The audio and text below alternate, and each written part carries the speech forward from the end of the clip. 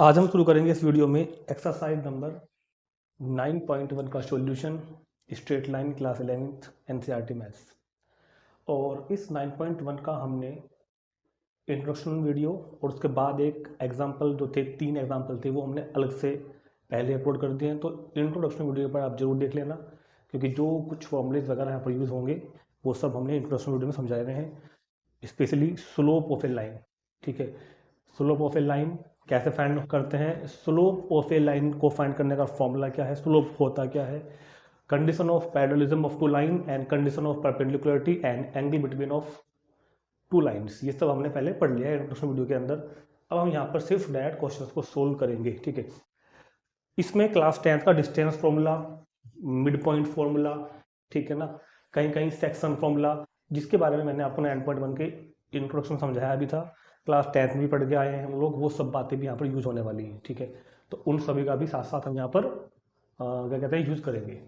तो देखते हैं पहला क्वेश्चन आज के वीडियो का। Draw a quadrilateral in the Cartesian plane.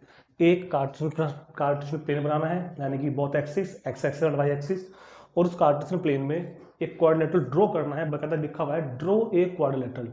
देखो, कोऑर्डिनेट ज्योमेट्री का जब हम क्वेश्चन करते हैं ना, तो कई बार ये थोड़ा सा डाउट रहता है कि फिगर रफ बनानी है या फिगर फेयर बनानी है। देखो, जब जब क्वेश्चन में ड्रॉ क्वाड्रिलेटरल कहेगा, ड्रॉ जहाँ लिखा हुआ है, तब तो आपको फिगर बकायदा कार्टेशियन प्लेन में इन पॉइंट्स को प्लॉट करके बनानी पड़ेगी। लेकिन जब हमको इस क्वेश्चन को ड्रॉ करने के लिए नहीं कहेगा, सिर्फ क्वेश्चन सोल्व करना होगा, तब हम केवल एक रफ स्केच से ही अपना काम कर लेते हैं। ठीक है, अगर पॉसिबल हो तो आप वहां पर भी अच्छी फिगर बनाओ जो फेयर है, लेकिन ड्रॉ वाले के केस में, जैसे यहाँ पर लिखा हुआ है कि ड्रॉ, तो आपको फिगर को ड्रॉ करनी ही पड़ेगी। ठीक है, तो draw a quadrilateral in the Cartesian plane. इस कार्टेशियन प्लेन में एक क्वाड्रिलेटरल को ड्रॉ करना है जिसके पॉइंट्स ये हैं वर्टिसेस।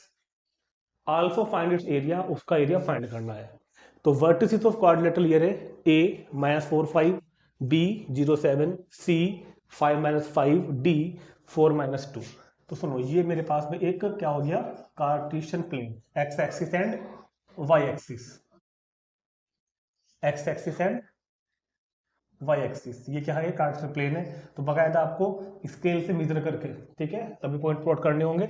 तो -4 5, देखो ये पॉइंट होगा सेकंड क्वाड्रेंट में, एक्स एक्सिस पर -4, वाई एक्सिस पर 5, यहां मान लो ए, पॉइंट ए हमने मान लिया कितना, -4 5, बी 0 7, एक्स एक्सिस तो 0 हो गया, क्लियर है, और वाई एक्सिस पर कितना हो जाएगा 7, वाई एक्सिस पर हो जाएगा कितना 7।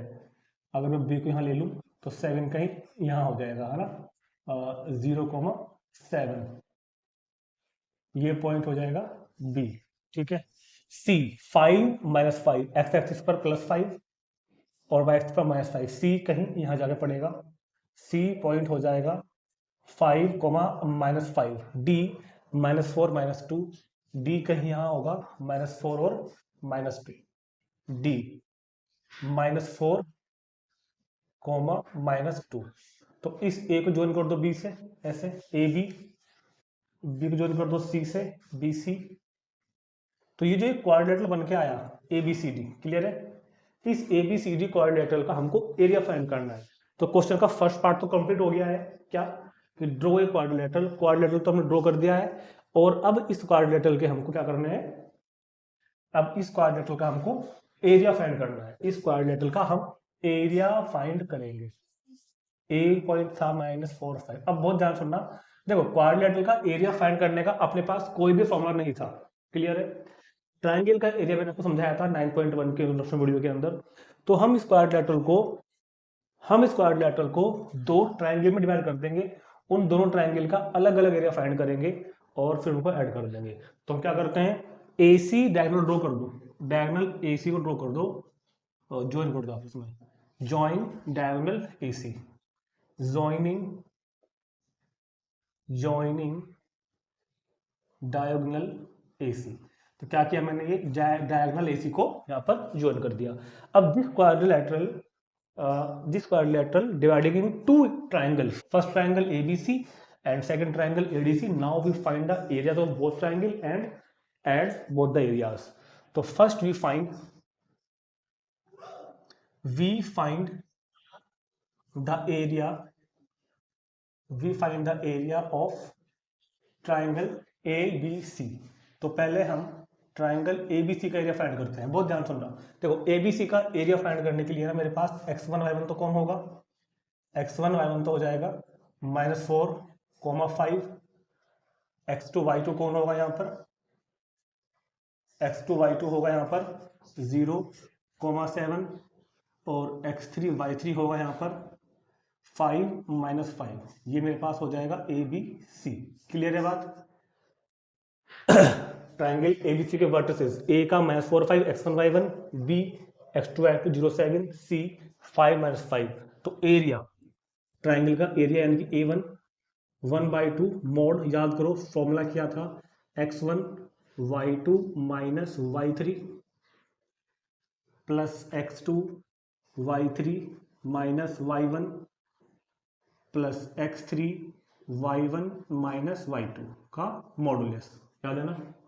तो A1 area is equal to 1/2 mod x1 कितना हो गया -4, y2 -y3 7 -5 प्लस x2, तो x2 तो 0 हो गया, y3 -y1 y3 -y1 plus x3 y1 -y2। ठीक है, होगी बात। तो area A1 is equal to 1/2 mod, 7 और 5 12 और 4 12 चौक 48 -48 प्लस ये 0, 5 -7 -2 और 5 टू 10 तो -10, तो 1/2 48 और 10 58 मोड 58, तो मोड 58 का बन जाएगा +58 यानी कि 29। तो 29 स्क्वायर यूनिट, 29 स्क्वायर यूनिट। तो एरिया किसका आ गया अभी, ट्राइंगल एबीसी का। जो ट्राइंगल है ना एबीसी, इसका एरिया तो आगे मेरे पास ये वाला। इतना नोट करेंगे क्योंकि अब मेरे को जगह चाहिएगी और मैं एरिया फाइंड करूंगा ट्राइंगल एडीसी का। अच्छा एक बात और, जैसे कि मैंने यहाँ पर डायगोनल एसी को ज्वाइन किया ना, हम चाहते तो डायगोनल बीडी को ज्वाइन करके भी कर सकते थे, तब ट्राइंगल अलग अलग बनते। तब ट्राइंगल क्या बनता, एबीडी, ठीक है, और क्या बनता बीसीडी। ठीक है, ऐसे भी कर सकते थे। इतना नोट करेंगे। अब फाइंड करेंगे हम ट्राइंगल एडीसी का एरिया। इतना नोट करेंगे पहले सभी स्टूडेंट, फास्ट जल्दी से इतना नोट करेंगे। चलो अब हम फाइंड करेंगे एरिया ऑफ ट्राइंगल। नाउ तो उसके वर्टिसेस कुछ अलग होंगे। Now we find the area of triangle कितना, ADC, ADC. Now we find the area of triangle ADC. तो देखो जब हम ए डी सी फाइंड करेंगे तो ए के वर्टिसेस कोऑर्डिनेट तो रहेंगे -4 5, ठीक है। डी क्या हो जाएगा -4, ये बार चल जाएगा इस बार, खाली डी हो जाएगा इस बार मेरे पास -4 -2 और सी वही रहेगा 5 -5। समझ रहे हैं बात को। Now we find the area of triangle ADC. ADC में ए कितना हो गया -4 5, ये हमारे पास डी कितना हो गया -4 2 और सी वही है, ठीक है, फॉर्मूला भी वही है। तो ए उसके बाद ही करना है, A1 को A2 कर दो। नाउ x1 कितना हो गया -4, y2 -y3 -2 -5 प्लस x2 कितना है -4, y3 -y1 प्लस x3 कितना हो जाएगा 5, y1 -y2। ठीक है, तो 5 में 2 कितना बचेगा भैया 3, 3 4 12, 5 5 10 मैथ प्लस 40 और 5 और 2 7 5 35, 7 5 35, तो कितना हो जाएगा 1/2 35 और 40। क्लियर है। तो 75 माइनस के कितने कर दो 12, 40 और 35 75, 75 में से 10 गाँव जाएगा तो कितने बचेंगे भैया 65, 2 और गए तो 63, तो 63। तो A1 A2 आ जाएगा 63/2 स्क्वायर यूनिट, 63/2 कितना स्क्वायर यूनिट। तो now area of quadrilateral ABCD, quadrilateral ABCD का एरिया कितना होगा A1 यानी कि पहला वाला एरिया प्लस A2 दूसरा वाला एरिया। और वो पहला वाला एरिया कितना आया था वो तो हमने देखा ही नहीं, शायद 29 आया था मुझे लगता है ना।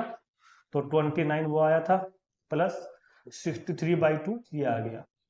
तो 29 2 जार 58 और प्लस 60 कितना 3, 8 और 3 11 और 121, तो 121/2 स्क्वायर यूनिट, ये इस क्वेश्चन का कंप्लीट सॉल्यूशन, कंप्लीट आंसर आ जाएगा 121/2 स्क्वायर यूनिट। तो इस तरह से हमने पहले क्वाड्रिलेटरल को दो ट्राइंगल में डिवाइड किया और फिर हमने दोनों ट्राइंगल्स का अलग अलग एरिया फाइंड किया ट्राइंगल वाले फॉर्मूले से और फिर दोनों को हमने ऐड कर दिया। चलो नोट करेंगे इसको, देखते हैं क्वेश्चन नंबर 2।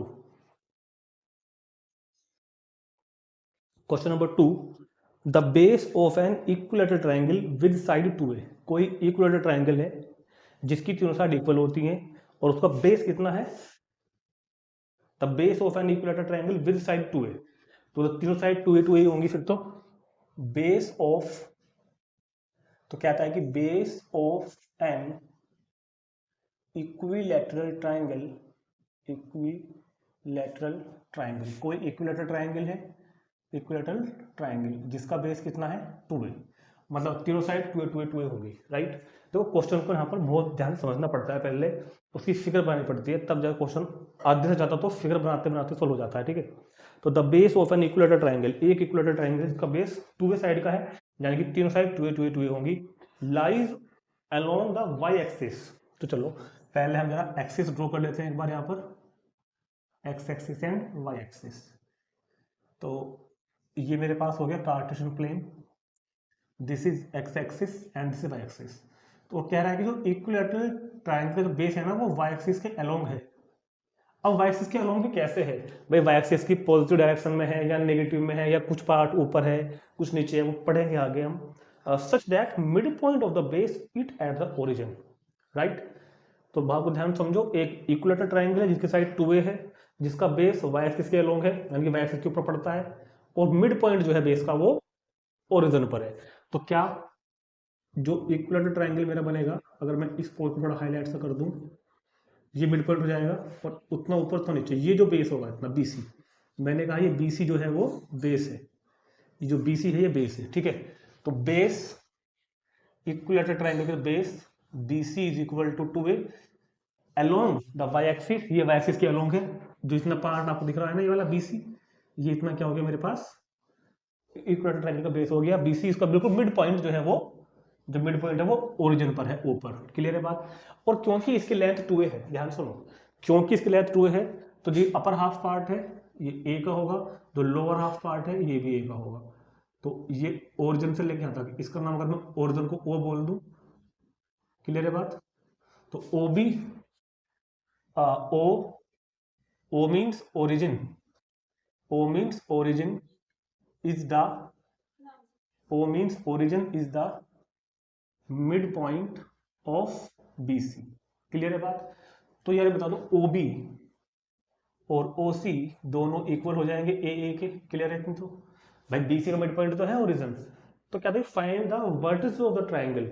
अब सोचो कि जब इस ट्रायंगल का, जो ये ट्रायंगल मैंने बनाया है ना इधर, मतलब अभी जो जिस ट्रायंगल का ये बेस बनाया गया है ना, इसके बाकी कुछ फिगर ऐसे तो बनेगी इसकी फिगर कुछ ना कुछ इस तरह से, ये ट्रायंगल ऐसा बनेगा, ठीक। तो जो बोर्ड पे आपको भी दिखाई दे रहा होगा ये B, ये C, इसको मैंने बोल दिया A। तो वो कह रहा है कि इसके वर्टिसेस बताओ, ट्रायंगल ABC के वर्टिसेस बताओ। वी हैव टू फाइंड कितना, we have to find the vertices, we have to find the vertices of triangle ABC। हमको क्या करना है, ट्रायंगल ABC के वर्टिसेस बताना है कि इस A के कोऑर्डिनेट्स क्या होंगे ये बताना है, B के कोऑर्डिनेट्स क्या होंगे ये बताना है, C के कोऑर्डिनेट्स क्या होंगे ये बताना है, ABC के कोऑर्डिनेट बताने हैं। तो एक अभी हम दो बातें हैं। नंबर एक बात कि जैसे कि मैंने ट्रायंगल को इधर बनाया है ना, तो क्या जरूरी है, उसने ऐसा तो कहीं नहीं कहा ना कि ट्रायंगल को एक्स एक्सिस की पॉजिटिव डायरेक्शन में बनाना है। ट्रायंगल तो ये इधर ही बन सकता है, ट्रायंगल तो इधर ही बन सकता है, उस केस को भी अभी हम कंसीडर करेंगे थोड़ी देर बाद। फिलहाल हम ये मान चलते हैं कि ट्रायंगल इधर ही, फिलहाल मान लेते हैं ट्रायंगल की पॉसिबिलिटी इधर भी है वैसे तो, ठीक है। तो मेन टारगेट क्या है अपना, ABC के वर्टिसेस फाइंड करना, ABC के कोऑर्डिनेट्स फाइंड करना। तो B, अच्छा बताओ जब ये A हाइट पर है तो क्या इसके कोऑर्डिनेट, जब ये A हाइट पे है तो क्या इसके कोऑर्डिनेट 0, A नहीं हो गए क्या भैया, 0, A हो गए, और ये नेगेटिव साइड में है तो इसके कोऑर्डिनेट कितने हो जाएंगे, 0 - A हो जाएंगे। रहा सवाल इस वाले का, रहा सवाल किस वाले का, ए वाले का। तो मेरे पास ट्राइंगल एबीसी में दो वर्टिसेस के कोऑर्डिनेट तो आ गए, बी वाले के आ गया 0, सी वाले का भी आ गया कितना मेरे पास 0, से। और क्योंकि ये इक्विलेटरल ट्राइंगल है तो साइड ए बी की मेजरमेंट 2a होगी, साइड ए सी की मेजरमेंट भी कितनी हो जाएगी 2a। इस बात को भी हम इधर कहीं ना कहीं लिख देते हैं कि जो ए बी है वो भी 2a लंबाई का है और जो ए सी है वो भी भैया अपना 2a लंबाई का है। और हमारा वो काफी सारा काम हो भी गया। हमको ट्राइंगल एबीसी के वर्टिसेस बताने हैं, तो मेरे पास बीसी के तो आ गए, बीसी के तो मेरे पास में आ गए।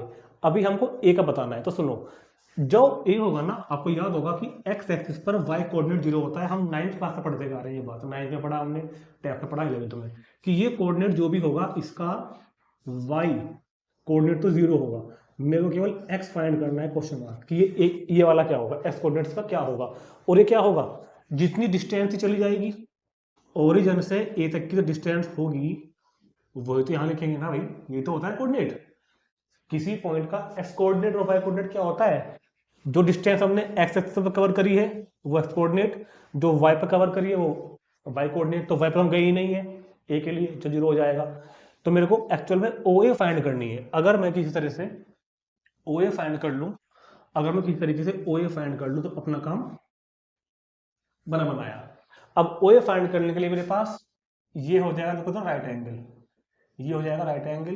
तो ट्राइंगल हम आते हैं एओबी में, in right triangle AOB by Pythagoras theorem, समझते हैं ना हम, फॉर्मूले में लिखते हैं पीजीटी, पाइथागोरस थ्योरम क्या हो जाएगी, hypotenuse A B square A O square B O square. तो ए बी कितना है इधर, ए बी हो जाएगा 2a का स्क्वायर, ए ओ तो अपने को फाइंड करना मांगता है, बी ओ हो जाएगा ए स्क्वायर। तो this is 4a square is equal to A O square plus A square. ये ए स्क्वायर इधर ले आओ, तो A O square is equal to 3a square. तो A O is equal to हो जाएगा 3a स्क्वायर का स्क्वायर रूट और कितना साथ में प्लस माइनस। तो A O is equal to plus minus A root 3, A O की वैल्यू कितनी आ जाएगी प्लस माइनस ए रूट 3। ये दो वैल्यू है, जो प्लस ए रूट 3 है वो इस डिस्टेंस को शो करेगी, ए रूट 3 को। ये तो फाइंड करनी थी मुझको, तो मतलब मैंने ये कोऑर्डिनेट भी फाइंड कर दिया, ये कोऑर्डिनेट भी मैंने क्या कर दिया, फाइंड कर दिया। और जो नेगेटिव वाली आई है, नेगेटिव ए रूट 3, वो क्यों आई है, क्योंकि भैया ट्राइंगल तो इधर भी पॉसिबल है ना, ट्राइंगल तो एक ऐसा ट्राइंगल तो इधर भी पॉसिबल है ना, ऐसा ये वाला, जिसका नाम मैं क्या रख देता हूँ A dash B C, A dash B C. तो यहां भी लिख लेते हैं, we have to find the vertices of triangle A B C and triangle A dash B C. हमको इन दो ट्राइंगल के वर्टिसेस फाइंड करने थे। ट्राइंगल एक इधर पॉसिबल था ए बी सी, सेम इधर भी है, जिसमें ये वाली 2a और जिसमें ये वाली भी कितनी 2a, और ये डिस्टेंस इधर माइनस के ए रूट 3, ए डैश के क्या हो जाएंगे माइनस के ए रूट 3, 0। तो अब आखिरी क्वेश्चन आपका कंप्लीट हो जाएगा, जिसका आंसर देंगे हम कि vertices of triangle, vertices of triangle ABC. तो ट्राइंगल एबीसी के वर्टिसेस तो क्या हुए, एबीसी की अगर बात करूं तो ए रूट 3, 0, 0, ए, 0, माइनस ए। और अगर हम vertices of triangle A dash B C की बात करें, triangle A dash B C की बात करें तो माइनस ए रूट 3, 0, माइनस के रूट 3, 0, बाकी दोनों सेम रहेंगे, 0, ए और 0, माइनस ए। तो there are two such triangles are possible having vertices this. Clear है बात। तो अच्छा और इंपॉर्टेंट क्वेश्चन था, नोट करेंगे जल्दी से इसको। चलते हैं नंबर 3 पर। क्वेश्चन नंबर 3 कहता है find the distance between P and Q। दो पॉइंट्स हैं जिनके कोऑर्डिनेट्स गिवन है, P के कोऑर्डिनेट्स हैं x1 y1, Q के कोऑर्डिनेट्स हैं x2 y2। देखो कुछ बच्चे क्या करते हैं, P के कोऑर्डिनेट्स x1 y1 है, इस बात को ऐसे लिख देते हैं P इज इक्वल टू, गलत है, दिस इज नॉन सेंस, कोई कुछ ये बात ही गलत है। या तो ऐसे लिखो P x1 y1, ये अपने आप में एक स्टेटमेंट है कि P having the coordinates x1 y1। या आप लैंग्वेज में लिखो, फिर लैंग्वेज में कि the coordinates of P is x1 y1। कैसे, लैंग्वेज में the coordinates of P is x1 y1। और ये बात मैं बोल रहा हूँ, ये सिंबल में कैसे लिखते हैं, ऐसे, the coordinates of P x1 y1 या points P having the coordinates x1 y1, इस तरह से, ठीक है। ये बात तो बिल्कुल गलत है, तो ऐसे मत लिखे बिल्कुल भी कोई। तो कह रहा है कि पी x1 y1 है, q x2 y2 है, इनकी बीच की डिस्टेंस फाइंड करनी है। चलो भैया कर देंगे डिस्टेंस फाइंड, कोई बुराई नहीं है। तो डिस्टेंस पी क्यू का फॉर्मूला सभी को याद होगा, x2 माइनस x1 का whole square plus y2 minus y1 का होल स्क्वायर का स्क्वायर रूट, यही तो होता है। पी क्यू की डिस्टेंस हो जाएगी ये फॉर्मूला, मगर कुछ कंडीशन डाली हुई है उसमें, when first P Q is parallel to the y axis. First P Q is parallel to y axis. तो मैंने आपको इंट्रोडक्शन में या फिर शायद एग्जाम्पल में एक बात समझाई थी, और बहुत अच्छी तरह समझाई थी, फिगर बना के बाकायदा। मैंने आपको एग्जाम्पल्स में एक बात समझाई थी कि अगर कभी भी कोई line P Q y axis के पैरेलल है तो उसके एक्स कोऑर्डिनेट सेम होंगे। याद करना, मैंने समझाया था डिटेल में फिगर बना के। तो क्योंकि P Q parallel to y axis, so x coordinates are same. तो क्या हो जाएगा, एक्स कोऑर्डिनेट्स, तो इसमें एक्स कोऑर्डिनेट्स क्या हो जाएंगे, x coordinates will be same, same होंगे। क्लियर है बात, that is x coordinates will be same, मतलब क्या हो जाएगा, x2 इज इक्वल टू हो जाएगा x1 के। ये मान ली मैंने फर्स्ट। क्लियर है, अगर कभी कोई लाइन y एक्सिस के पैरेलल है तो उसके एक्स कोऑर्डिनेट सेम होते हैं। तो पी क्यू कितना हो जाएगा इस हिसाब से, बाई फर्स्ट अगर हम बात करें तो बाई फर्स्ट पी क्यू कितना हो जाएगा, x2 और x1 तो इक्वल हो गया ना, x2 और x1 तो इक्वल हो गया ना, तो ये तो जीरो बन जाएगा ना, जीरो का square plus y2 minus y1 का होल स्क्वायर का स्क्वायर रूट। नहीं समझ आई के बाद किस भाई को, भाई जब P Q parallel to y axis है तो x coordinates will be same, यानी कि x2 x1 इक्वल हो जाएंगे। जब x2 x1 इक्वल होंगे तो दोनों जीरो हो जाएंगे ना, x2 x1 जीरो हो जाएगा, और जीरो का square plus y2 minus y1 का whole square. So P Q is equal to zero का स्क्वायर जीरो, और यहाँ कितना बचा, y2 माइनस y1 का होल स्क्वायर का स्क्वायर रूट। क्लियर है, तो P Q is equal to y2 minus y1 का स्क्वायर रूट का under root, y2 minus y1 के स्क्वायर का अंडर रूट क्या होता है, y2 माइनस y1 का मोड। ये बात ध्यान रखना, यहाँ पे बच्चे गलती करते हैं, टीचर भी गलती करते हैं। एक्चुअल में ध्यान रखना, अगर एक्स स्क्वायर के ऊपर रूट लगा हुआ है तो बच्चों के लिए, बच्चों का मतलब 8 9 10 तक तो मजाक चलती है मैथ्स के अंदर, तो आंसर एक्स होगा। क्लियर है, लेकिन अगर आप 11th में आ गए हैं और स्पेशली आपने रिलेशन फंक्शन पढ़ लिया है 11th क्लास का, तो मोड एक्स है, तो क्या ये बात भी गलत थी, तो इसका जो रियल आंसर होगा एक्चुअल में वो मोड एक्स होगा। ठीक है, तो y2 माइनस y1 के स्क्वायर का under root, this is modulus of y2 minus y1। तो फर्स्ट आंसर क्या होगा, y2 माइनस y1। ठीक है, ये बात नोट कर लेना। अच्छा, अगर किसी को ये प्रॉब्लम आ रही है ना कि एस कोऑर्डिनेट सेम क्यों होंगे, तो मैं बाकायदा मैंने एग्जांपल में समझाया था, मैं फिर से समझाता हूँ फिगर बना करके, बहुत ध्यान सुनना मेरी बात। देखो ये कार्टेशियन प्लेन हो जाएगा, हमने केस कौन सा लिया हुआ है, P Q parallel to y axis. देखो पी क्यू, ये पी क्यू है वो वाई एक्सिस की कैसे कही उसने, पैरेलल। ये कोई लाइन है मान लो, ये पी क्यू किसके पैरेलल है, वाई एक्सिस के। ये तो कहा उसने पी क्यू, ये किसके पैरेलल, वाई एक्सिस के। पी क्यू को कोऑर्डिनेट्स क्या कहे उसने हमसे, x1 कोमा y1, और q के कोऑर्डिनेट्स क्या कहे उसने हमसे, x2 कोमा y2। तो सुनो, जब हम यहां से चलना शुरू करेंगे तो जितना डिस्टेंस ये चलते हैं ना, ये डिस्टेंस चलते हैं ना, तो जितना हम एक्स एक्सिस पे चले हैं वही तो होगा x1, और यहाँ पे जाने के लिए भी तो चले तो हम उतना ही है ना, चले तो हम उतना ही है ना x2, तो इसलिए क्या होगा, वहां जाओगे तो डिस्टेंस x1, यहाँ जाओगे तो डिस्टेंस x2, तो डिस्टेंस तो एक ही है, चाहे आपने यहाँ जाने के लिए चली हो, चाहे आपने यहाँ पे जाने के लिए चली हो, ये डिस्टेंस तो इक्वली आ रही है ना पॉइंट पर, तो इसलिए x1 x2 इक्वल होते हैं। क्लियर है बात, समझाया था मैंने पहले। चलो सेकंड केस को करते हैं consider, if P Q parallel to, if PQ is parallel to x axis। ठीक है, अगर PQ एक्सिस के पैरेलल होगा सो y coordinate will be same, तो इस दफा क्या होगा, सो y coordinate, so y coordinates will be same. तो अब इसमें क्या हो जाएगा भैया, अब इसमें y कोऑर्डिनेट सेम हो जाएंगे, that is y2 man is equal हो जाएगा y1 के, that is y2 is equal to y1।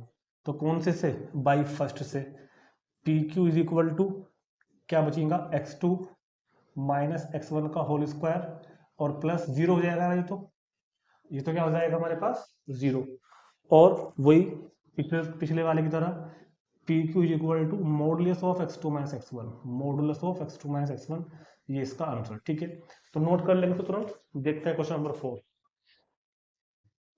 Question number 4, find A point on the x axis. देखो बहुत ध्यान से क्वेश्चन पढ़ा करो, इस चैप्टर में ये प्रॉब्लम है, बच्चे क्वेश्चन ध्यान से नहीं पढ़ते, वो हल्की सी मिस्टेक सारा क्वेश्चन खत्म। Find the point on the x axis, जो पॉइंट फाइंड करना है वो एक्स एक्सिस पर फाइंड करना है, आधा काम हो गया। पॉइंट एक्स एक्सिस पर होने का मतलब वाई कोऑर्डिनेट्स 0 होगा, क्लियर है। तो अपने को सिर्फ एक्स कोऑर्डिनेट ही फाइंड करना है। Which is equidistant from these two points, जो इन दो पॉइंट से इक्विडिस्टेंट है। ऐसा क्वेश्चन तो टेंथ में किया है हमने।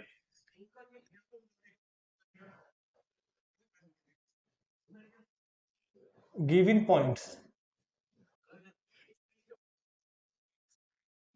पी कितना हो मेरे पास 7,6 एंड क्यू कितना है 4,3। गिवन पॉइंट्स, पॉइंट पी तो है 7,6 और दूसरा पॉइंट उल्टा मैंने लिख दिया शायद 4,3 लिख दिया ना, 3,4 है दूसरा पॉइंट 3,4। सुनो अभी कहता है कि हम देखो ये रफ स्केच है, इस बार रफ स्केच है क्वेश्चन का, और रफ ही चलेगा यहाँ पर, कोई प्रॉब्लम नहीं है। आप फेयर चाहो बना सकते हैं, लेकिन जरूरत नहीं है उसकी, है ना। ये पॉइंट पी है और मान लो कहीं कहीं दुनिया में एक कोई पॉइंट क्यू है, अपने को एक पॉइंट फाइंड करना है तीसरा। मैंने कहा वो पॉइंट जो फाइंड करना है ना वो ए है, ए, और जो ए पॉइंट है ये पी से और ये ए पॉइंट क्यू से इक्वी डिस्टेंट है। जितनी डिस्टेंस ए पी है उतना डिस्टेंस ए क्यू है। कह रहा है कि find A point on the x axis, और जो पॉइंट है ना ये एक्स एक्सिस पर है। जब ये एक्स एक्सिस पे है तो इसकी स्टैंडर्ड फॉर्म यही तो होगी, और यार एक्स एक्सिस पर वाई कोऑर्डिनेट तो 0 होता है ना, तो अपने को केवल एक्स कोऑर्डिनेट तो फाइंड करना है। तो late required point, late required point on the x-axis, let required point on the x-axis is a, 0। हमने कहा कि जो रिक्वायर्ड पॉइंट है एक्स एक्सिस पर वो a, 0 है, क्योंकि पॉइंट एक्स एक्सिस पे है ना तो a, 0 मानेंगे, वाई एक्सिस पे होगा तो फिर 0, ही मानेंगे। और ये पॉइंट p से और q से इक्वी डिस्टेंट है, p से और q से इक्वी डिस्टेंट से। Point a, point a equi distant, point a equi distant from P and Q, from P and Q। Point A जो है वो P से और Q से इक्वी डिस्टेंट है। जितनी डिस्टेंस AP है उतनी ही डिस्टेंस AQ है, डिस्टेंस जितनी AP उतनी distance AQ, AP is equal to AQ। चलो AQ के लिए डिस्टेंस फॉर्मूला लगाते हैं, x1 y1, x1 y1, x2 y2, clear है बात। तो क्या हो जाएगा x2 माइनस x1 का स्क्वायर 7 माइनस a का square plus y2 minus y1 का स्क्वायर 6 माइनस 0 का स्क्वायर, x2 माइनस x1 का square plus y2 minus y1 का स्क्वायर इज इक्वल टू, अब लगाते हैं AQ के लिए x2 माइनस प्लस 4 माइनस 0 का square.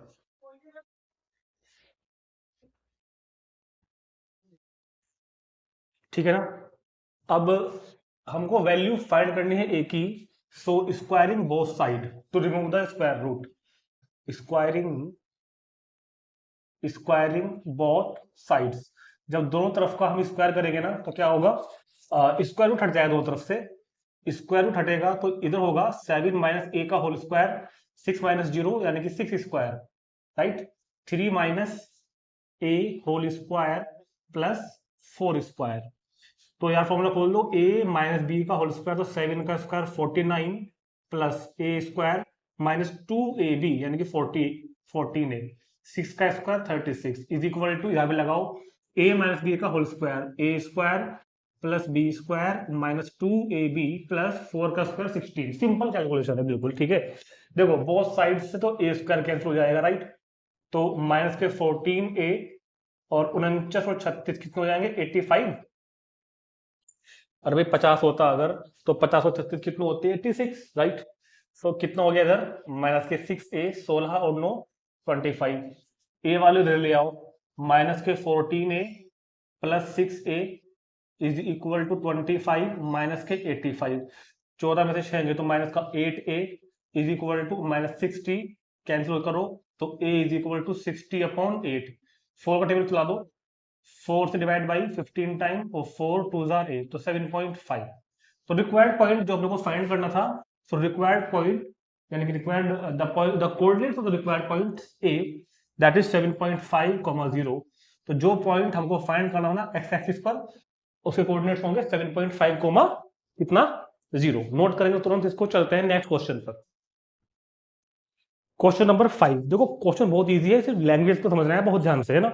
Find the slope of a line. एक लाइन का हमको स्लोप फाइंड करना है। अब सुनो, स्लोप अगर फाइंड करना है तो स्लोप फाइंड करने के मेरे पास दो तरीके अब तक बताए गए हैं। tan थीटा होता है एक तो, और m इज इक्वल टू, दूसरा था स्लोप का formula y2 minus y1 upon x2 minus x1। ये वाला फॉर्मूला कब यूज होगा, जब x एक्सिस का जब लाइन सेगमेंट x एक्सिस की पॉजिटिव डायरेक्शन से जो एंगल बनाता है वो एंगल अगर दिया हुआ हो तो ये लगेगा, और अगर लाइन सेगमेंट्स दो पॉइंट से पास हो रही है वो पॉइंट्स दिए हुए तो फिर ये लगेगा। ये सब बातें हमारी पहले हो चुकी हैं। तो find the slope of a line, उस लाइन का स्लोप फाइंड करना है विच पासेस थ्रू द ओरिजिन। देखो बात को बहुत ध्यान से सुनो मेरी बात। ये तो हमको पता चली गया ना कि इस क्वेश्चन में ये फॉर्मूला नहीं लगने वाला क्योंकि एंगल तो गिवन नहीं है, तो 2 पॉइंट्स वाला मेरे को यूज करना पड़ेगा। अब 2 पॉइंट्स वाला यूज करना अगर है तो 2 पॉइंट्स होने चाहिए। देखो जो मैं फिगर बनाऊंगा वो रफ स्केच है वैसे तो। क्वेश्चन में बोल रहा है मुझसे, क्वेश्चन में बोल रहा है कि find the slope of a line, इस लाइन का स्लोप बताना है मुझे विच पास थ्रू द ओरिजिन। ये किससे पास होती है, ओरिजिन से। एक बात क्लियर है। तो अगर मेरे पास इस लाइन पर पड़ने वाला एक पॉइंट तो है, अगर एक और हो जाए तो मैं ये फॉर्मूला लगा सकता हूं ना भाई, इस लाइन पर एक पॉइंट तो है 0 0, एक और चाहिए मेरे को, ठीक है। वो ही पता चल जाए अगर तो हम ये फॉर्मूला लगा सकते हैं नीचे नीचे वाला। तो उसके लिए क्या कह रहा है वो, passes थ्रू द ओरिजिन। वो लाइन की स्लोप बताओ जो passes through the origin and the mid point of, ये लाइन मिड पॉइंट से जाती है, किसके मिड पॉइंट से, जॉइनिंग द लाइन जो sorry joining the point this and this. मतलब इन दोनों पॉइंट्स को, अब एक फिगर और बनेगी इधर, एक फिगर और बनेगी। वो कह रहा है कि P कोई पॉइंट है, ठीक है, और B कोई अपना पॉइंट है 8 कोमा कितना 0, और P कितना पॉइंट है अपने पास 0 कोमा माइनस कितना पास में 4। तो वो कह रहा है कि P और B को ज्वाइन करने वाले लाइन सेगमेंट का जो मिड पॉइंट है, इसके मिड पॉइंट से जाती है एक तो, मतलब ये जो लाइन सेगमेंट है एक्चुअल में हमारी, ये जो लाइन सेगमेंट है हमारी, ये कहां से पास हो रही है, ये एक तो पास हो रही है ओरिजिन से, एक तो पास हो रही है ओरिजिन से। मैंने मान लिया ओरिजिन यहाँ पे है O पे तो है ओरिजिन। ये मेरी रिक्वायर्ड लाइन है जिसकी मेरे को स्लोप फाइंड करनी है, इस वाली लाइन पे मेरे को स्लोप फाइंड करनी है m, ठीक है। ये लाइन कहां से पास हो रही है, एक तो ओरिजिन से, और इन दोनों पॉइंट को ज्वाइन करने वाले लाइन सेगमेंट के मिड पॉइंट से। पढ़ो दोबारा से question, find the slope of a line, उस लाइन का स्लोप बताओ विच पास थ्रू द ओरिजिन, जो ओरिजिन से जाती है, एक तो कहां से जाती है ओरिजिन से, and the mid point of joining the point line segment of these points, इन दोनों पॉइंट्स को ज्वाइन करने वाले लाइन सेगमेंट के मिड पॉइंट से, ठीक है ना। तो इसका मेरे को स्लोप फाइंड करने का है इस लाइन का। तो x1 y1 तो ये हो जाएगा, x2 y2 कहां से आएगा, इन दोनों का मिड पॉइंट, तो वही लिखा हुआ है ऊपर, the coordinates of the mid point of the line segment joining this and this points. तो मिड पॉइंट फॉर्मूला क्या था याद करो, x1 plus x2 by 2 comma y1 plus y2 by 2, ये था ना formula, x1 plus x2 by 2 y1 plus y2 by 2। तो 0 plus 8 by 2 तो 4, और ये हो जाएगा -2। तो मिड पॉइंट कितना हो गया 4 -2। तो अब मेरे को इस लाइन की स्लोप बतानी है जो ओरिजिन से और इन दोनों के मिड पॉइंट से जाती है। तो x1 y1 इसको मान लो, f2 y2 इसको मान लो, चाहे उल्टा मान लो, चाहे इसको x1 y1 मान लो, चाहे इसको x2 y2 मान लो, ठीक है। तो अब मेरे पास करना ये काम भी है भाई। अब मेरे पास x1 y1 तो हो जाएगा 0 0, और x2 y2 हो जाएगा कितना 4 -2, तो स्लोप कितना होगा, m is equal to y2 minus y1 upon x2 minus x1, तो माइनस के 2 अपॉन 4 दैट इज माइनस के 1/2। तो स्लोप कितना होगा मेरे पास, माइनस 1/2। क्लियर है बात, तुरंत नोट करेंगे इसको। Very very very important question, question number 6, without using the Pythagoras theorem. अपने को पाइथागोरस थ्योरम का यूज नहीं करना, hypotenuse square is equal to perpendicular square plus base square का यूज नहीं करना। सो दैट द पॉइंट्स, बिना पाइथागोरस थ्योरम के शो करके दिखाओ कि दीज पॉइंट्स, पॉइंट ए को मैंने मान लिया 4 4, दूसरा पॉइंट के कोऑर्डिनेट्स है उसको मैंने मान लिया बी 3,5, और तीसरा जो पॉइंट है जिसके कोऑर्डिनेट्स क्या है -1 उसको मैंने मान लिया C. The coordinates of given points are, तो जो तीन पॉइंट्स दे रखे हैं उनको लिख लिया, the coordinates of given points are A B C. Clear है। अब प्रूव करना है कि इन तीनों से एक राइट ट्रायंगल बनता है।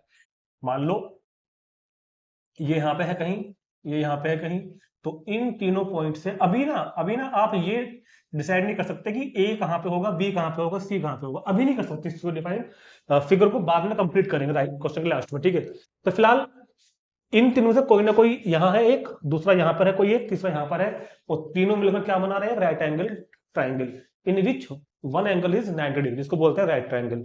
पाइथागोरस का यूज हमको नहीं करना। देखो अगर हमको इसको पाइथागोरस से करना होता तो हम क्लास 10 में कर चुके हैं। मैं कहीं पे ए लिखता, कहीं पर बी, कहीं पे सी, और ए बी फाइंड करता, बी सी फाइंड करता, सी ए फाइंड करता। कैसे फाइंड करता, डिस्टेंस फॉर्मूले से। 10th में क्या था, हमने डिस्टेंस फॉर्मूले से तीनों की मेजरमेंट फाइंड करते साइड की, और बड़े वाले साइड का square is equal to sum of squares of smaller sides, जो दो छोटे साइड है उनका, है ना, ये तो होता है। तो वैसे कर सकते थे, 10th में हमने किया भी था, मगर अब हमको without using the Pythagoras theorem करना है। तो सुनो हम देखो क्या लॉजिक लगाएंगे। हमको फिलहाल परपेंडिकुलरिटी कंडीशन पता है एक, कि अगर दो लाइन सेगमेंट्स की या फिर दो लाइंस की स्लोप्स का प्रोडक्ट -1 आ गया अगर, तो हम क्या बोलते हैं कि दोनों लाइन परपेंडिकुलर है। तो मैं क्या करूंगा, मैं लाइन ए बी की, फिर लाइन बी सी की, फिर लाइन सी ए की, तीनों की स्लोप फाइंड करूंगा, और ये देखूंगा कि तीनों की स्लोप फाइंड करके क्या किन्हीं दो का प्रोडक्ट -1 बैठता है क्या। अगर दो का प्रोडक्ट -1 बैठ गया तो दोनों लाइन परपेंडिकुलर होगी। ठीक है, देखते हैं चलो। तो पहले फाइंड करते हैं slope of line A B. देखो इस बात में कंफ्यूजन नहीं होना कि कभी हम लिख रहे हैं slope of line A B, तो कभी हम लिख रहे हैं slope of line segment A B. Line और लाइन सेगमेंट में क्या फर्क है, ये हमने आपको समझाया हुआ है क्लास 9th में। ठीक है, लाइन सेगमेंट लाइन का ही टुकड़ा होता है एक पार्ट, तो जो स्लोप लाइन की होती है वही लाइन सेगमेंट की होती है। इस बात में इतना कंफ्यूजन नहीं होना यहाँ पर। ठीक है, तो slope of line A B, उसको मैंने मान लिया m1। ठीक, A B x1 y1 x2 y2, तो y2 माइनस y1, समझ रहे हैं ना, y2 minus y1 upon x2 minus x1, तो 5 माइनस 4 1, 3 माइनस 4 माइनस 1, तो -1। तो स्लोप ऑफ ए बी कितना आ गया, -1, यानी कि slope of A B m1 is equal to -1। Slope of line BC, BC की slope that is m2, BC y2 minus y1 -1 -5 upon x2 minus x1, तो -1 -5 -6 -1 -3 -4, तो ये होएगा आपका 3/2। तो दूसरे वाली लाइन की स्लोप m2 कितनी आ जाएगी, 3/2। हमको दिख रहा है कि अभी प्रोडक्ट -1 नहीं बैठेगा, है ना, साफ दिखाई दे रहा है यहाँ पर, कोई नहीं। तीसरी फाइंड करो, स्लोप ऑफ लाइन CA, तीनों की स्लोप फाइंड करनी है, दैट इज m3, हमने उसको बोल दिया m3। तीसरी लाइन की स्लोप, स्लोप ऑफ लाइन कौन सा, थर्ड वाली, तो तीसरी लाइन की स्लोप हो जाएगी m3, x1 y1 x2 y2, तो y2 minus y1 upon x2 minus x1, -5 upon -5 is equal to 1। m3 यानी कि तीसरी लाइन की स्लोप भी आ गई। अब देखो क्या किन्हीं दो लाइन की स्लोप का प्रोडक्ट -1 है यहाँ पे, m1 या m2 का, m1 या m3 का, m2 m3 का, हाँ साफ है। Since product of m1 into m2 क्या बैठ जाएगा भैया, ये +1 है ना, -1 into 1 that is m1 into m2 क्या आ जाएगा, -1। तो हम क्या बोलेंगे, हम बोलेंगे कि line AB is perpendicular to line CA, कि AB और CA क्या है, परपेंडिकुलर है। क्लियर है बात? यानी कि ये रफ स्केच है, यानी कि ये अगर लाइन ए बी है और ये अगर लाइन सी ए है, तो लाइन ए बी और लाइन सी ए आपस में क्या है? परपेंडिकुलर है। क्लियर है बात? समझ में आ गई बात? राइट। तो अब हम अपनी फिगर पूरी कर सकते हैं। वैसे हमको फिगर हमको बनानी भी नहीं है, आप डायरेक्ट यहां पर लिख सकते हो बस बिना फिगर के भी। क्या लिख सकते हो? So given points form a given points formed a right triangle। given points formed a right triangle। क्यों? क्योंकि भाई जब समझ में आ गई ना बात, इस वाले की ए बी की और ए सी की स्लोप का प्रोडक्ट कितना आ गया? -1। क्लियर है? तो दोनों परपेंडिकुलर होंगी, तो तीसरे को मिला के अपने आप क्या बनेगा? राइट ट्रायंगल बनेगा। तो हमने बिना पाइथागोरस थ्योरम यूज किए हुए ही इस चीज को प्रूव कर दिया। चलो चलते हैं नेक्स्ट क्वेश्चन पर। Question number 7। इस क्वेश्चन को लेकर ना कई बार बच्चों को बहुत ज्यादा कंफ्यूजन हो जाता है। Find the slope of the line. एक लाइन का स्लोप फाइंड करना है, बहुत ध्यान से सुनना। इसके लिए आपके फॉर्मूले वगैरह जो 9.1 के इंट्रोडक्शन में गए थे तो क्लियर होने चाहिए। Right. Find the slope of the line which makes an angle 30 degree with the positive direction of y axis. देखो m is equal to tan theta में जो थीटा होता है ना, वो क्या था? एक्स एक्सिस की पॉजिटिव डायरेक्शन से बनाया गया angle, but in this question given angle formed by the y axis. ठीक है।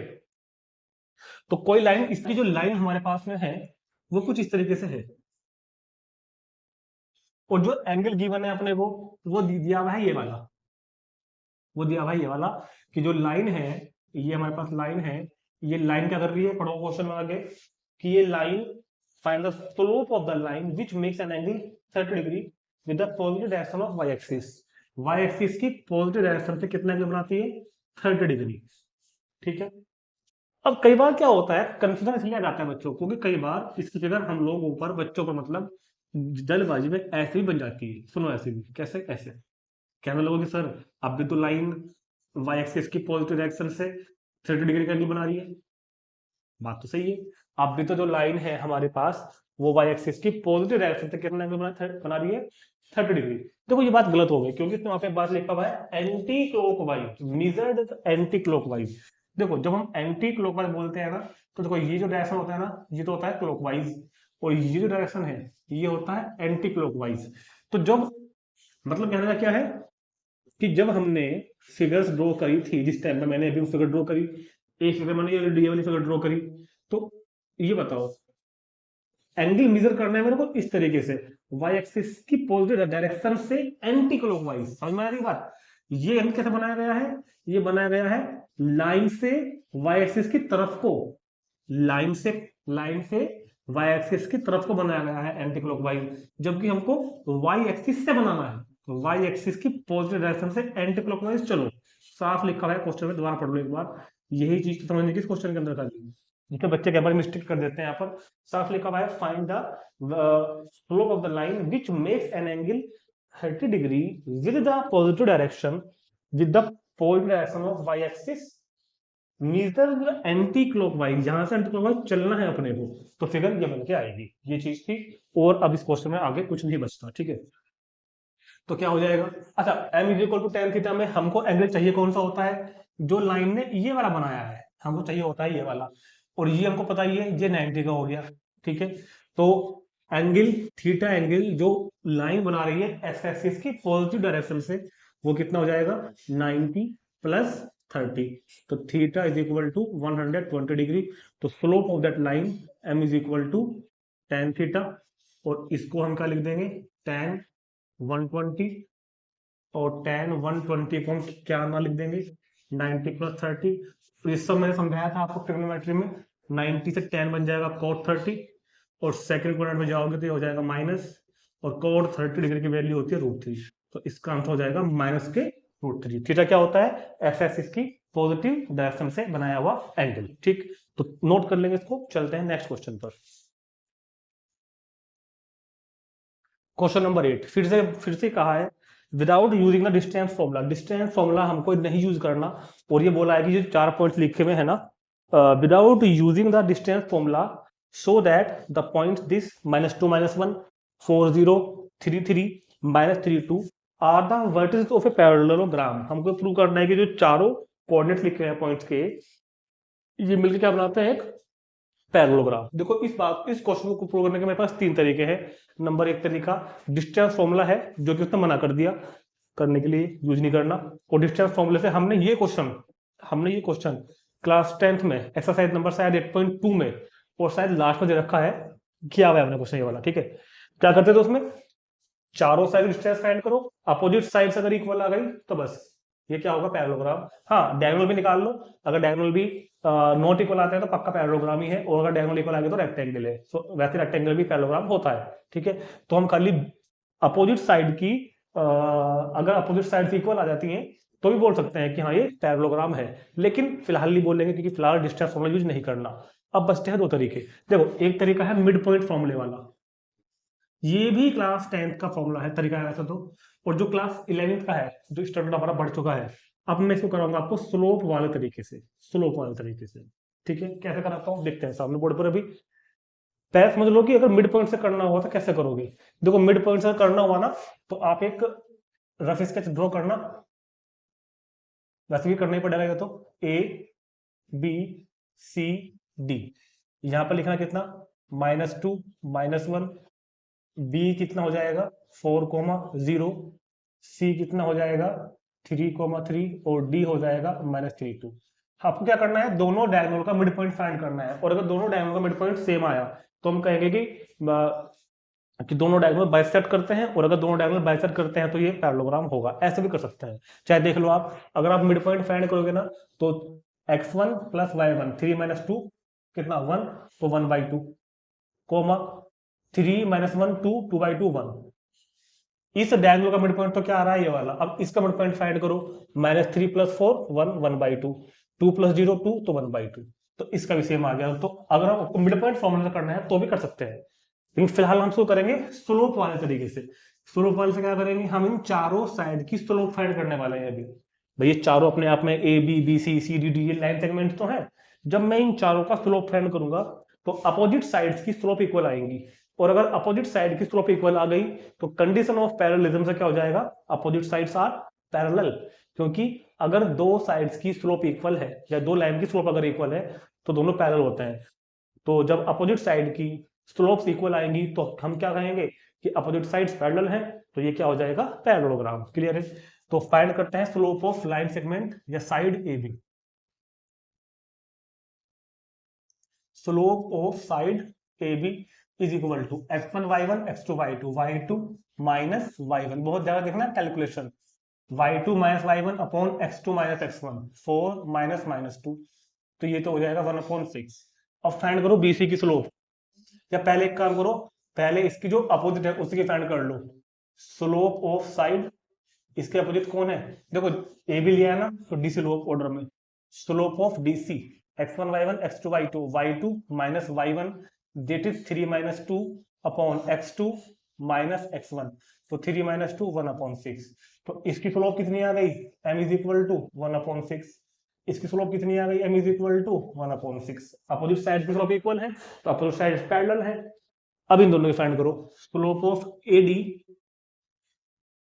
Slope of AD x1 y1 x2 y2 y2 -y1 2 -1 upon x2 -x1, तो 2 + 1 3 upon -1 is equal to -3।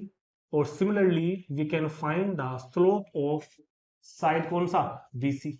BC की x1 y1 x2 y2, तो 3 - 0 upon 3 - 4, तो 3 upon -1 is equal to -3। इस वाली side की slope -3, इस वाली साइड की स्लोप भी -3। तो क्या लिखोगे, since slopes of since the slope of opposite sides since the slope of opposite sides are equal, क्योंकि अपोजिट साइड की स्लोप इक्वल है, so opposite sides will be parallel. Opposite sides will be parallel, तो opposite sides parallel होंगी, that is A B तो parallel किसके होगा, DC के, and A B parallel किसके होगा, बीसी के, होगा कि नहीं, that is we can say that quadrilateral A B C D is a parallelogram, quadrilateral ABCD क्या होगा, एक पैरेललोग्राम होगा। तो हमने without using distance formula and without using concept of mid point हमने प्रूव कर दिया कि ये जो पॉइंट्स हैं वो एक पैरेललोग्राम बनाते हैं। बहुत ही अच्छा क्वेश्चन था, तुरंत नोट करेंगे। चलते हैं नेक्स्ट क्वेश्चन पर। Number 9, find the angle between. देखो अब बिटवीन का एंगल फाइंड करना है, क्वेश्चन आ गया, जो फॉर्मूला बताया गया था आपको tan थीटा वाला, उस फॉर्मूले से है ना। Find the angle between the x axis, angle find करना है एक्स एक्सिस और उस लाइन का के बीच का जो इन दो पॉइंट को ज्वाइन कर रही है, यानी कि इन दोनों पॉइंट्स को ज्वाइन करने वाली लाइन, इन दोनों पॉइंट्स को तो ज्वाइन करने वाली लाइन और एक्स एक्सिस के बीच का। सपोज करो वैसी रफ स्केच है, ये एक्स एक्सिस है ये वाला, और इन दोनों पॉइंट्स को ज्वाइन करने वाली लाइन मान लो ये है, मैं वैसे मान लो, ठीक है। तो अपने को ये एंगल फाइंड करना है, ठीक है, ठीक है, वैसे रफ स्केच है। तो एक्स एक्सिस और इन दोनों पॉइंट्स को ज्वाइन करने वाली लाइन के बीच का एंगल। और जब मैंने आपको ये फॉर्मूला समझाया था तो उस टाइम पर मैंने बताया था कि जब भी हमको एंगल फाइंड करने के लिए बोला जाता है ना, तो उससे सेंस होती है कि हमको एक्यूट एंगल फाइंड करना है। करने का आप चूज कर दो, ठीक होगा, दोनों कर दो, ठीक होगा, लेकिन अगर एंगल फाइंड करना है दो लाइन के बीच का तो एक्यूट के पास चलिए मतलब। तो याद करो स्लोप ऑफ एक्स एक्सिस क्या लिखवाई थी आपको, समझाई थी, लिखवाई थी कि 0 होती है स्लोप ऑफ एक्स एक्सिस, और slope of line which is parallel to x axis 0। समझ में आ गई बात। Now slope of line joining the point this and this is m2। इन दोनों पॉइंट्स को ज्वाइन करने वाली लाइन की स्लोप y2 माइनस, ये लिखा formula, y2 minus y1 upon x2 minus x1, y2 minus y1 upon x2 minus x1। तो m2 क्या हो जाएगा, -2 और +1 -1 अपॉन 1। तो m2 इज इक्वल टू कितना हो जाएगा मेरे पास, -1। अब मेरे पास दोनों स्लोप्स आ गई, और let theta be the required angle, theta be the required angle. जो एंगल हमको फाइंड करना है वो कितना है, थीटा। यानी कि जो एंगल फाइंड करना है ना मेरे को, एक्स एक्सिस और इन दोनों पॉइंट्स को ज्वाइन करने वाले एंगल के बीच को थीटा मैंने मान लिया। तो क्या फॉर्मूला था उसका भैया, tan थीटा, क्लियर है, is equal to mod m2 minus m1 upon 1 plus m1 into m2। Values put करो, tan theta mod m2 minus m1 upon 1 plus m1 into m2, यानी कि वो तो 0 बन जाएगा। तो tan theta is equal to -1 upon 1। तो साहब tan theta is equal to mod of -1 यानी कि +1, तो थीटा इज इक्वल टू कितना होगा, 45 डिग्री। क्लियर है बात। कुछ कुछ बुक्स में इसका आंसर वो 135 भी लिखते हैं, ठीक है। तो मैंने को पहले बताया है कि दो लाइन के बीच हमेशा दो एंगल बनते हैं, जिनमें से एक एक्यूट होता है, एक ऑब्ट्यूस होता है। हमने एक्यूट वाला फाइंड कर दिया, कोई दिक्कत नहीं है, यहीं पे छोड़ के आना। और अगर आप मान लो आपको ऑब्ट्यूस वाला ही फाइंड करना है ना, सिंपल तरीका है भाई, लीनियर पेयर लगा दो ना, 180 में से 145 को माइनस कर दो। तो अगर आपको ऑब्ट्यूस बताने की खाज है तो खाज पूरी कर लो अपनी, 135 डिग्री हो जाएगा। वैसे 45 भी ठीक है। चलो चलते हैं नेक्स्ट क्वेश्चन पर। क्वेश्चन नंबर 10 ठीक ठाक क्वेश्चन है, ज्यादा इंपॉर्टेंट भी नहीं है, मगर हाँ एक दो बार एग्जाम में आया है। The slope of a line is double of the slope of another line. एक स्लोप, एक लाइन की स्लोप दूसरी लाइन की स्लोप की डबल है। तो हमने कहा let the slopes of lines, let the slope of lines are m1 sorry m and 2m। हमने कहा लाइन की जो स्लोप है वो m और 2m है। भाई सिंपल से मतलब एक लाइन की स्लोप दूसरे वाले की स्लोप की डबल है, तो एक m तो एक 2m। चलो आगे भी पूछ लेते क्या कह रहा है ये। If tangent of the angle between them, इनके बीच के एंगल यानी कि थीटा का जो टेंजेंट है, जो tan थीटा है वो 1/3 है। तो find the slopes and theta be the angle and theta be the angles and theta be the angles between these lines।